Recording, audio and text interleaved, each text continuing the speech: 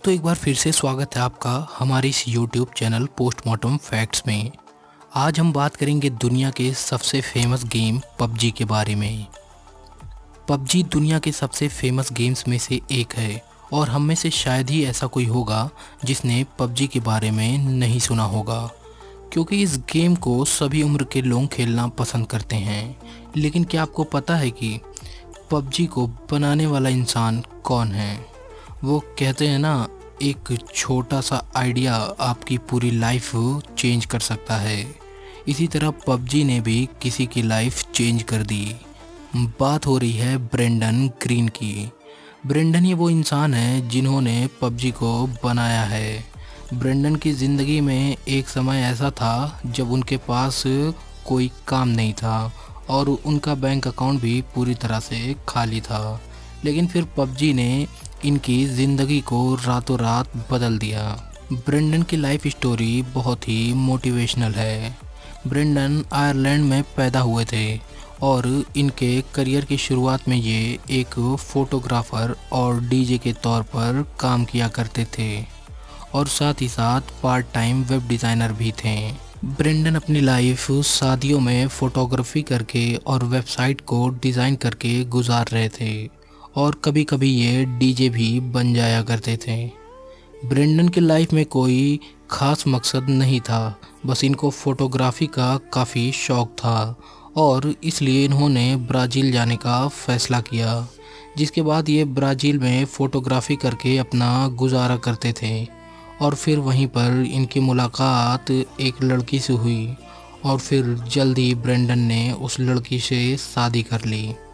लेकिन इनकी किस्मत को कुछ और ही मंजूर था। ये शादी सिर्फ 2 ही साल चली और इनका और इनकी वाइफ का डिवोर्स हो गया। और यही वो टाइम था जब ब्रेंडन की लाइफ में काफ़ी स्ट्रगल शुरू हो गया था। लेकिन जब भी हमारी ज़िंदगी में कोई प्रॉब्लम आती है तो वो हमारे लिए नए दरवाजे भी खोलती है, और ऐसा ही कुछ ब्रेंडन के साथ भी हुआ।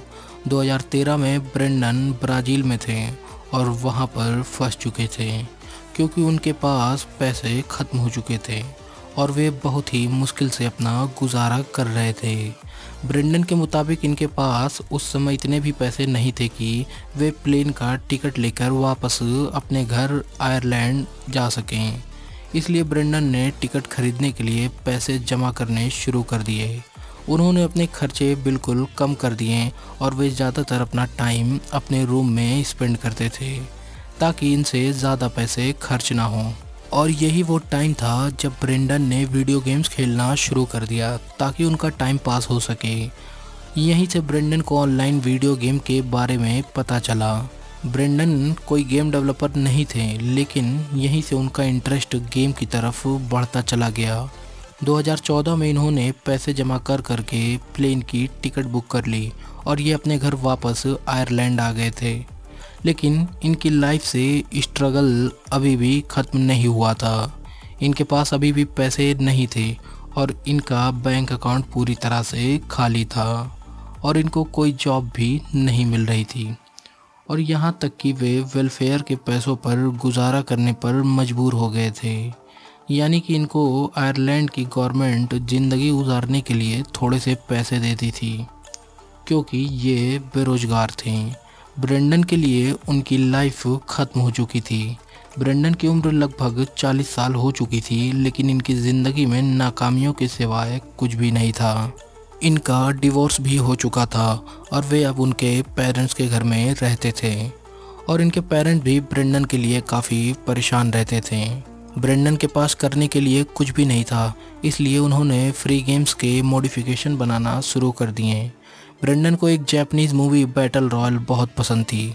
इस मूवी में दिखाया गया है कि किस तरह से कुछ लोग ज़ॉम्बीज़ से सरवाइव करते हैं और ये कॉन्सेप्ट ब्रेंडन को बहुत पसंद आया। ब्रेंडन ने एक ऑनलाइन गेम आर्मा 2 में इसी स्टोरी से इंस्पिरेशन लेके एक मॉडिफिकेशन बना लिया, जिसके साथ साथ ये गेम्स के डिज़ाइन और कोडिंग करना भी सीखने लगे थे। ब्रेंडन की किस्मत अच्छी थी क्योंकि इन्होंने जो आर्मा 2 का मॉडिफिकेशन बनाया था वो काफ़ी फेमस हो गया, जिसके बाद ब्रेंडन को सोनी ऑनलाइन एंटरटेनमेंट की तरफ से कॉल आई। कंपनी ने ब्रेंडन को गेम कंसल्टेंट के तौर पर हायर करने की बात की। ये बात सुनकर ब्रेंडन बहुत खुश हो गए। फ़ौरन ही वेलफेयर ऑफिस गए, जहां उन्होंने बताया कि अब इन्हें वेलफेयर के पैसों की ज़रूरत नहीं है। ब्रेंडन ने सोनी के साथ में 2 सालों तक H1Z1 गेम पर काम किया। 2016 में साउथ कोरिया की कंपनी ब्लू होल ने ब्रेंडन से कांटेक्ट किया और इनसे एक बैटल रॉयल गेम बनाने का ऑफ़र किया, जिसके बाद ब्रेंडन साउथ कोरिया चले गए। पबजी का full form player unknown battle ground होता है। प्लेयर अननोन असल में ब्रेंडन का ही नाम था, जो ये ऑनलाइन गेम खेलते वक्त यूज़ किया करते थे, और उन्होंने इसी नाम पर पबजी का नाम रख लिया। और यहीं से ही ब्रेंडन को लाइफ में सक्सेस मिलना शुरू हो गई। दिसंबर 2017 में पबजी को माइक्रोसॉफ्ट विंडोज़ के लिए लॉन्च किया गया और 2018 में प्लेस्टेशन और एक्सबॉक्स के लिए, जिसके बाद पबजी की सेल्स इतनी ज़्यादा बढ़ने लगी कि ब्रेंडन पूरी तरह से हैरान रह गए। सिर्फ 1.5 साल में ही इस गेम की 5 करोड़ कॉपीज़ बिक चुकी थी और मोबाइल पर इस गेम को 200 मिलियन से भी ज़्यादा लोग डाउनलोड कर चुके थे। ब्रेंडन की लाइफ पूरी तरह से चेंज हो चुकी थी और जब ये गेम एंड्रॉयड के लिए आया तब ये बहुत ही वायरल हो गया और इसलिए इस पर आज कई 100 मिलियंस डाउनलोड हैं। और आज ब्रेंडन के पास इतना पैसा है कि आप जानकर हैरान हो जाओगे। जो शख्स पहले वेलफेयर के पैसों पे जिया करता था, उसी इंसान की नेटवर्थ आज $5 बिलियन यानी कि लगभग 38,000 करोड़ रुपए है।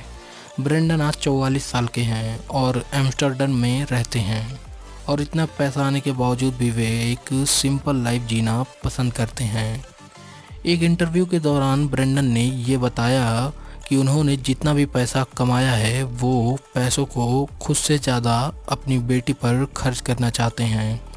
ब्रेंडन की इस स्टोरी से आप ये सीख ले सकते हो कि आपकी उम्र कुछ भी हो, उससे कुछ फ़र्क नहीं पड़ता।